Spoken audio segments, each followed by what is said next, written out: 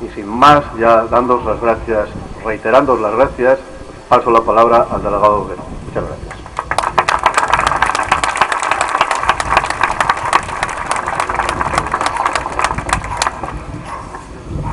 Muchas gracias, alcalde, corporación, jefe de demarcación de costas y miembro de la demarcación de costas, empresa, vecinos y vecinas, amigos todos.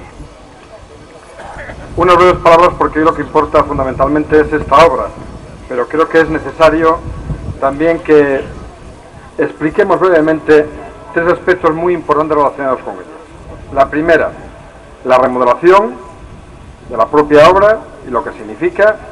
La segunda, la cooperación entre las administraciones. Y la tercera, tres reconocimientos que quería hacer. Y empiezo primero por la cooperación. Miren, esta obra hubiera sido imposible sin que los tres gobiernos, el gobierno de España, el gobierno de Asturias y el ayuntamiento de Carreño, nos hubiéramos puesto de acuerdo y hubiéramos trabajado conjuntamente. Y en ese sentido es verdad que nosotros aportamos la inversión y la dirección de obras para que sea posible hoy esta remodelación importante, pero sin el proyecto que hizo el gobierno asturiano tampoco hubiera sido posible, y especialmente a la Corporación de Caldás, a todos los grupos políticos con el alcalde a la cabeza, quiero agradecer la comprensión y la colaboración para llevar esta obra adelante.